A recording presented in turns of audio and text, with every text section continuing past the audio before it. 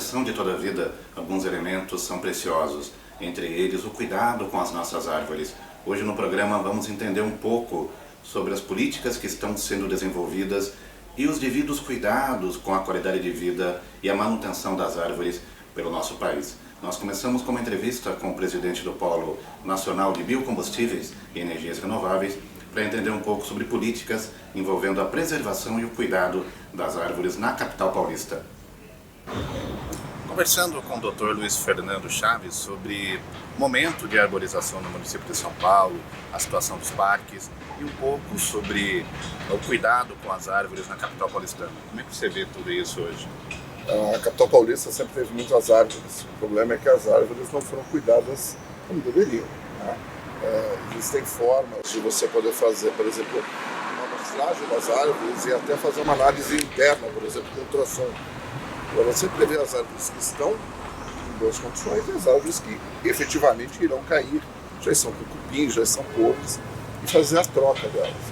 É importante sempre a gente pensar o seguinte: não é porque a árvore está bonita, frondosa, que por dentro ela não estaria podre. Tá? Infelizmente.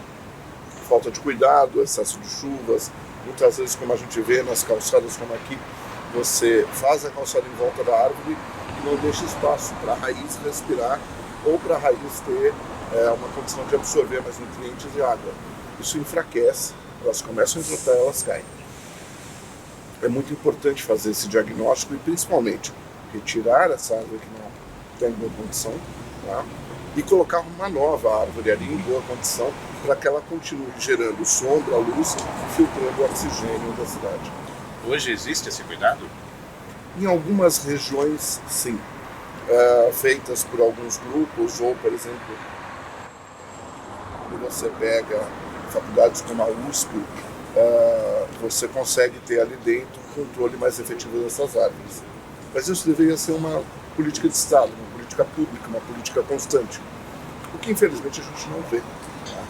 Hoje, infelizmente, na cidade de São Paulo, posso afirmar que elas estão abandonadas. Boa sorte. É só você ver algumas árvores que a gente tem aqui nesse quarteirão. São árvores que elas não têm um diagnóstico, são árvores que são tortas, mesmo porque se fosse feito o diagnóstico, elas deveriam ter uma placa de identificação ou deveriam ter sofrido um corte. Em épocas de chuva, como a gente está entrando agora, é normal sempre a gente avistar inúmeras das árvores caindo. Isso é decorrência dessa falta de averiguação? Uma boa parte é decorrência dessa falta de averiguação. Uma outra parte é realmente por ventos excessivos, que mesmo uma árvore muito frondosa, muito boa, talvez não segurasse. O que acontece também é que hoje, na cidade de São Paulo, você tem uma diminuição dessas árvores ou uma não reposição das mesmas, o que faz com que você tenha corredores de vento. Aquele lugar onde você tinha 4, 5 árvores, acaba sobrando apenas uma ou duas. Esse vento é muito maior do que deveria ser quando você tinha as outras que quebravam um pouco esse vento. Essa árvore tem a tendência a quebrar. Agora, na grande maioria, ela realmente falta de um diagnóstico, problemas estruturais por cupim ou por podridão da própria árvore, ou pela idade também. A gente tem que levar em consideração, a gente tem árvores plantadas na inauguração da Avenida Paulista, são árvores muito antigas, tá? E elas também têm uma vida útil e essa vida útil acaba. A situação hoje dos parques em São Paulo, você que já teve um passado administrou um deles, como que você avalia hoje? No passado, quando eu administrei os parques, a gente tinha uma política de refazer toda a parte dos parques e melhorar ela. Hoje, infelizmente, eu não vejo os parques com bons olhos como eles estavam antigamente. É só você ver a própria situação dos moradores de rua, eles em volta dos parques e dentro dos parques. Ou seja, não tem uma política social, as mães, as crianças não vão para dentro do parque porque não se sentem seguras com essa política social, as árvores dentro do parque não estão cuidadas como a contém, ou seja, é uma série de coisas que precisam ser melhoradas ali. Isso falta, a administração pública, infelizmente, na cidade de São Paulo hoje, deixa muito a desejar. Se fala muito sobre mudança climática no Brasil, e São Paulo é uma cidade que ela de repente esquenta de uma forma muito forte, chove, e tem sentido arborização. ela pode minimizar o calor em São Paulo? Há espaço para se arborizar no município? Eu lembro há 20, quase 30 anos atrás, existia um programa de arborização na cidade. Se ele fosse seguido, nós seríamos uma das cidades mais arborizadas do mundo. Mas, infelizmente, por políticas públicas, isso não continuou. Sim, existe espaço para arborizar mais na cidade de São Paulo, existe um espaço para você fazer a troca dessas árvores que existem hoje em São Paulo por outras. Né? Então, isso tem que ser uma política pública de novo. Tá? Enquanto a gente não tiver essa política pública de se pensar numa troca contínua de árvores, uma verificação contínua delas e numa expansão, para aí sim dar mais sombra, refrescar por causa dessa sombra a cidade e dar uma condição melhor de respirabilidade por causa das árvores da cidade, a gente vai ter uma cidade quente, uma cidade com locais, como em alguns bairros da Zona Leste ou da Zona Sul, extremamente quentes, onde você tem uma árvore a cada 10, 20 bairros. Tá? Isso é impossível. A gente tem que mudar isso. Quando na discussão do plano diretor, que você mapeia toda a cidade por regiões, não deveria ali já estar inserida essa preocupação com a questão ambiental, de possíveis melhorias para que a cidade como um todo estivesse equilibrada? Deveria-se ter um acompanhamento constante, um planejamento a longo prazo. Não só das árvores, mas como do meio ambiente como um todo na cidade. Esse é o grande problema. Não se planeja a longo prazo, 20 anos, 30 anos, se planeja para a próxima eleição. Enquanto a gente planejar para a próxima eleição, a gente não vai conseguir ter absolutamente nada. São obras vazias, obras que de repente você faz, mas não tem nem manutenção. Quando você pensa na parte ambiental, como é que eu planejo para uma próxima eleição o plantio de uma árvore que ela, pelo menos para estar fixa na terra, vai levar 5 anos, leva mais de uma eleição. Você tem que planejar isso para 20, 30 anos. Você já tem que planejar aquela árvore que você está plantando num corte a posterior dela, numa poda alta. Você tem que pensar em tudo isso. E tem coisas que eu posso dizer para você que são básicas e que São Paulo já deveria estar fazendo há muito tempo. Vou te dar um exemplo assim, sine qua non de São Paulo. É só você pegar todos os postes que você tem, como aqui nos Jardins, ou em bairros mais afastados, onde você tem um excesso de cabos, um excesso de fios no poste. E aí você não deixa a árvore crescer porque tem o fio no poste. Quando o que se deveria fazer como política pública de planejamento a longo prazo é enterrar todos esses cabos e esses fios, deixar isso em caixas de inspeção subterrâneas, o que facilitaria muito. E naquele local onde não tinha uma árvore porque tinha um fio, um cabo, se deixar plantar as árvores. Uma cidade mais bonita, mais inteligente, muito melhorada. Então, esse planejamento, ele é necessário. Precisa se pegar não só a Secretaria de Meio Ambiente, mas todas as secretarias, como a de Infraestrutura, e se fazer um planejamento conjunto, um planejamento por 10, 20, 30 anos. Perfeito. No intuito de preservar e também saber o risco que as árvores podem causar nos grandes centros, foi lançado um aplicativo, o Arbolink, que tem toda essa demanda cuidadosa para podermos prever alguns acontecimentos envolvendo a saúde das árvores. Vamos conhecer um pouco mais. Olá, meu nome é Marcelo Machado Leão, eu sou engenheiro agrônomo, CEO and founder da startup Arbolink. A nossa proposta de valor está ligada em melhorar a qualidade da arborização de nossas cidades. Para tanto, já estamos há 5 anos desenvolvendo uma solução que se trata de um software, ou seja, uma plataforma digital capaz de monitorar, avaliar e cuidar de nossas árvores urbanas. Nesse contexto, nós desenvolvemos um aplicativo capaz de avaliar o risco de queda de uma árvore, bem como recomendar a sua melhor operação de manejo, seja suas podas, controle de pragas e doenças, adubações e até a sua remoção quando se for necessário.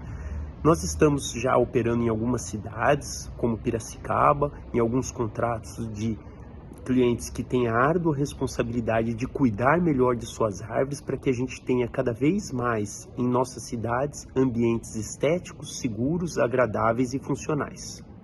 Cuidar de milhares de árvores ao longo das ruas e avenidas de nossas cidades é uma tarefa muito complexa, porque, além de exigir um grande conhecimento técnico, ela exige requisitos legais estabelecidos nas legislações municipais. Assim sendo, a burocracia causada pelo processo de licenciamento, atrelado à dificuldade na tomada de decisão, acaba contribuindo para um manejo muito ineficiente. Assim sendo, nós tentamos digitalizar toda essa jornada para que a gente tivesse mais eficiência, segurança e também redução de custos relacionados às atividades de manejo arbóreo. As árvores existentes nas cidades melhoram a qualidade de vida da população e contribuem para assegurar um ambiente mais equilibrado para as próximas gerações. Apesar dos benefícios que trazem, muitas vezes elas competem com as edificações e equipamentos públicos,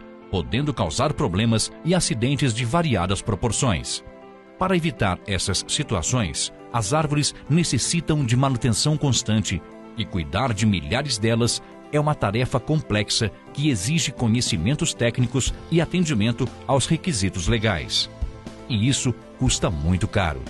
Dessa forma, foi desenvolvido o sistema Arbolink, capaz de mapear, avaliar e gerir com eficiência os riscos que envolvem as árvores urbanas, recomendando as melhores práticas para conservá-las e reduzir os custos do seu manejo. Assim, é possível valorizar ainda mais o cenário urbano e permitir que as pessoas desfrutem desse importante patrimônio natural com maior segurança e conforto.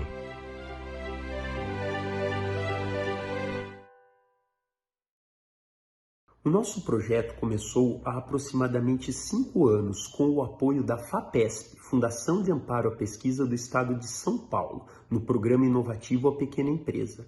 A ideia foi construir um algoritmo, ou seja, uma inteligência artificial capaz de predizer o risco que uma árvore tem de cair. Essa é uma árdua tarefa, pois se trata de um indivíduo vivo, suscetível a diversas forças desconhecidas da natureza, ventos, chuvas, entre outras, que podem contribuir para a sua queda. Sendo assim, nós desenvolvemos uma ferramenta digital, ou seja, um aplicativo que era capaz de classificar a possibilidade que essa árvore tinha de cair e eventualmente impactar uma pessoa, um equipamento urbano e até mesmo uma edificação. Assim sendo, recomendaria a melhor operação de manejo para que essa árvore pudesse permanecer em nossa cidade, garantindo o máximo dos serviços ambientais em um ambiente de segurança.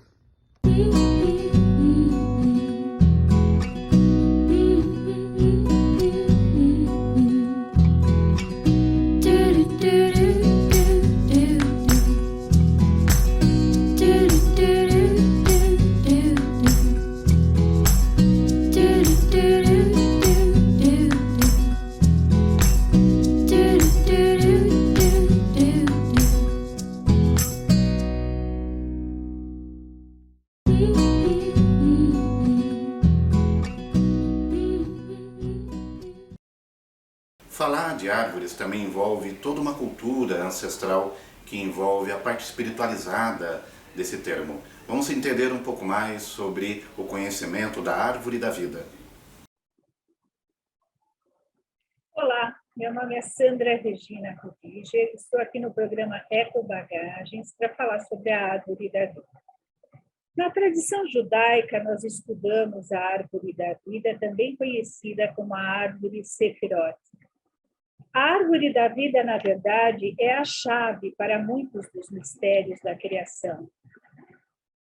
Nós que somos cabalistas, estudantes de cabala há muitos anos, entendemos que o universo está dividido em 10 regiões, dimensões, ou sefirot.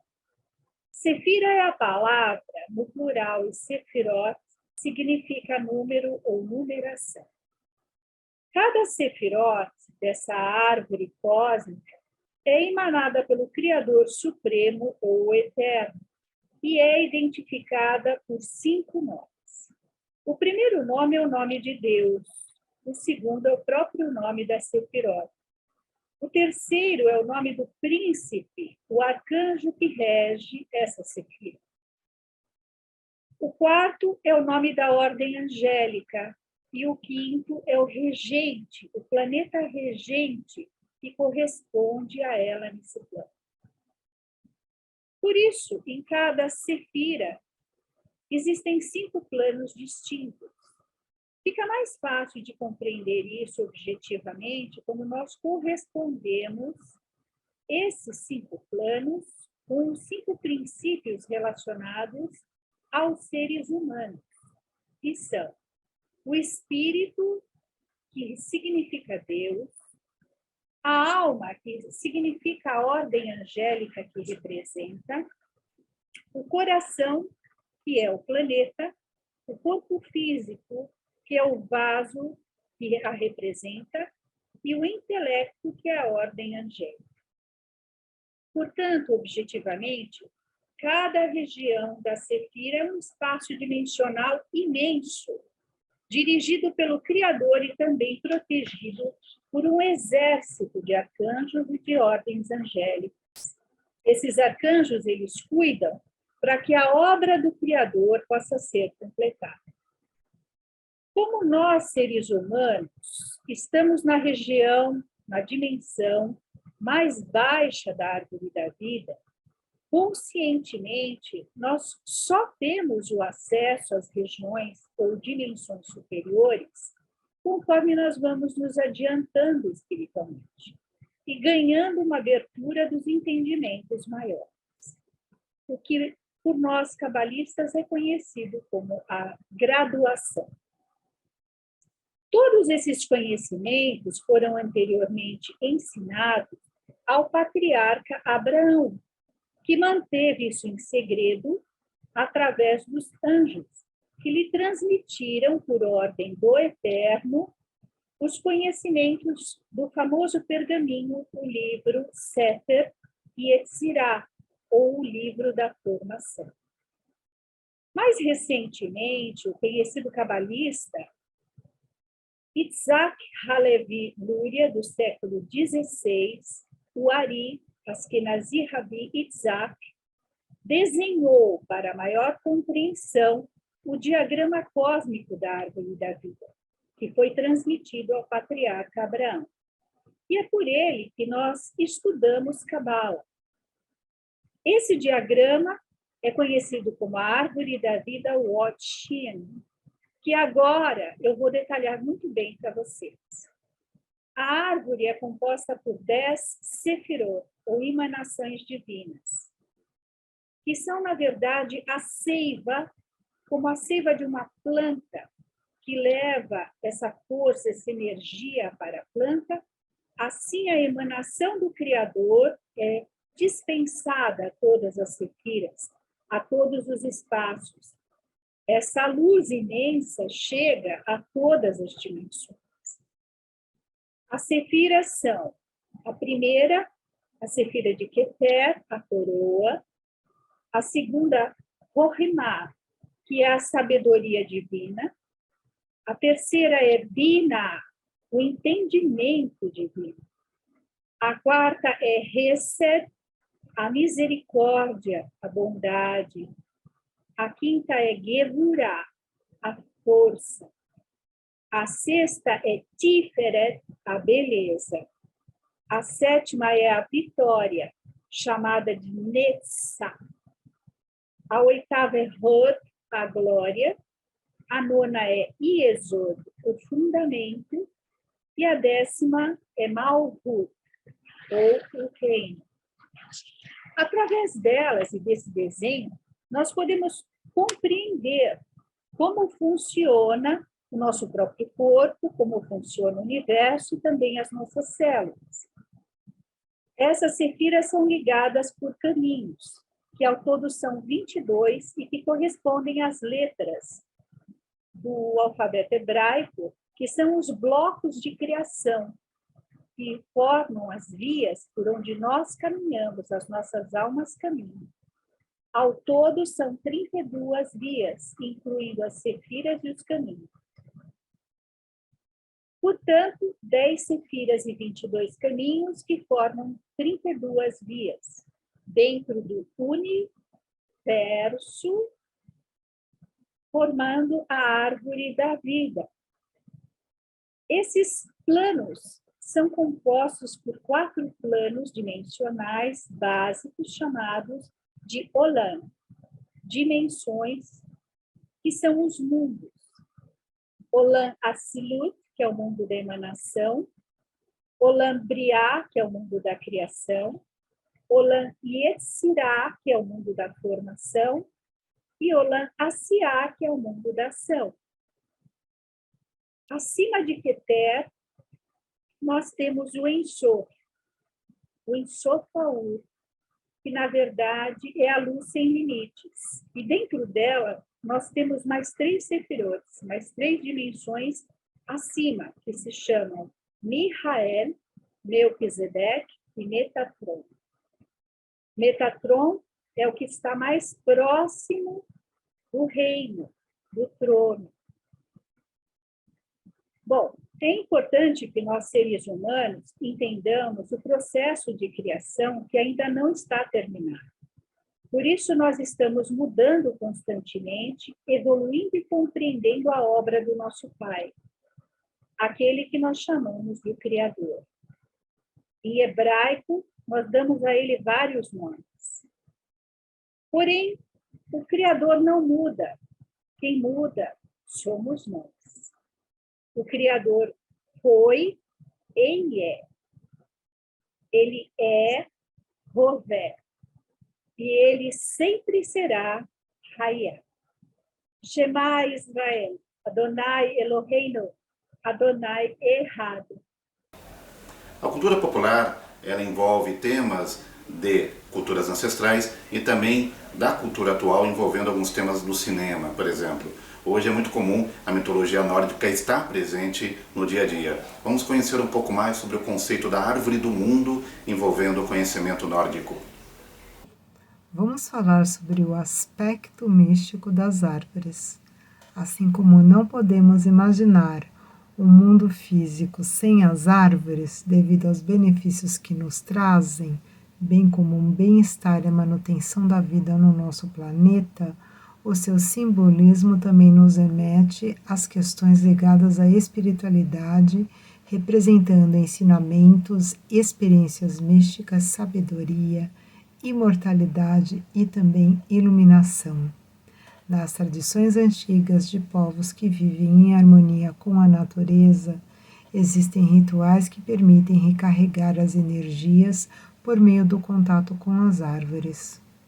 Outro aspecto está ligado à verticalidade, pois simbolicamente a árvore liga o céu, do qual recebe influxos no topo de sua copa, à terra, de onde recebe água e alimento por meio de suas raízes.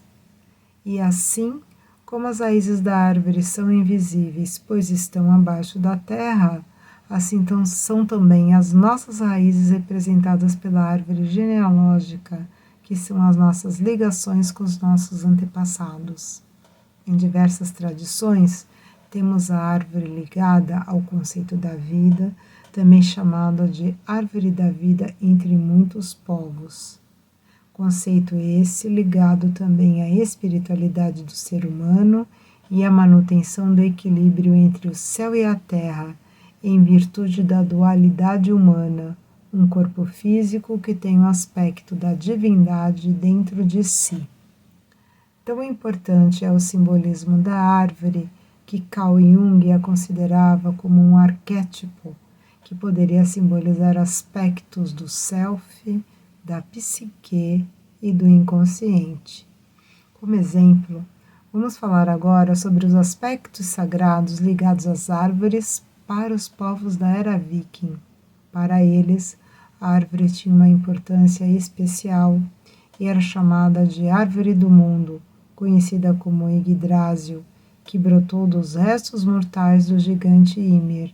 É a árvore que sustenta os mundos na sua estrutura e é simbolizada geralmente por um freixo que representa a vida, o tempo e o destino. Esses mundos suportados pela Yggdrasil são Godheim, também chamado de Asgard, é o mundo dos deuses Aesírios, os deuses da guerra e também muito passionais. Alfheim é o mundo dos elfos claros. Muspelheim é o mundo habitado pelos gigantes do fogo. Vanaheim é o mundo dos deuses Vanires, que são muito benevolentes e ligados à natureza e à agricultura. Manheim, ou Midgard, é o mundo dos homens, também conhecido como Terra do Meio. Localiza-se no centro da Yggdrasil, cercado por um oceano que é habitado por uma serpente, Urgimander, que o circunda agarrada à própria cauda. Jotunheim é o mundo dos gigantes da rocha e do gelo, chamado também de Jotuns, e tem um muro que os separa de Midgard, que é o mundo dos humanos. Abaixo de Midgard fica o mundo dos anões, que é chamado de Nidavellir, que estão sempre à procura de ouro e pedras preciosas para fabricar as joias dos deuses. E Niflheim é o mundo do gelo eterno, e na colisão com Muspelheim, o mundo do fogo, criou um mundo primordial a partir do Ginnungagap, que é o abismo. Svartalfheim é o mundo dos elfos escuros, considerados mesquinhos e incômodos para os seres humanos. Helheim é o mundo dos mortos, governados pela deusa Hel, onde habitam espectros dos que morreram sem glória, doentes ou com a idade avançada. Essa árvore possui 3 raízes. A primeira raiz é onde se localiza a fonte de Hvergelmir e também onde fica um dragão que rói essa raiz permanentemente. A segunda raiz é onde está localizado o poço de Urd, guardado pelas nornas Urd, Verdande e Skuld, que regam suas raízes todas as manhãs. E na terceira raiz está localizado o poço de Mimer, que é o poço de grande sabedoria, onde Odin sacrificou um dos olhos para beber de suas águas. E assim terminamos nossa apresentação sobre os aspectos místicos das árvores. Até uma próxima oportunidade. Chegamos ao final do Eco Bagagens. Eu agradeço a audiência de todos e convido vocês a estarem conosco no nosso próximo encontro. Até lá!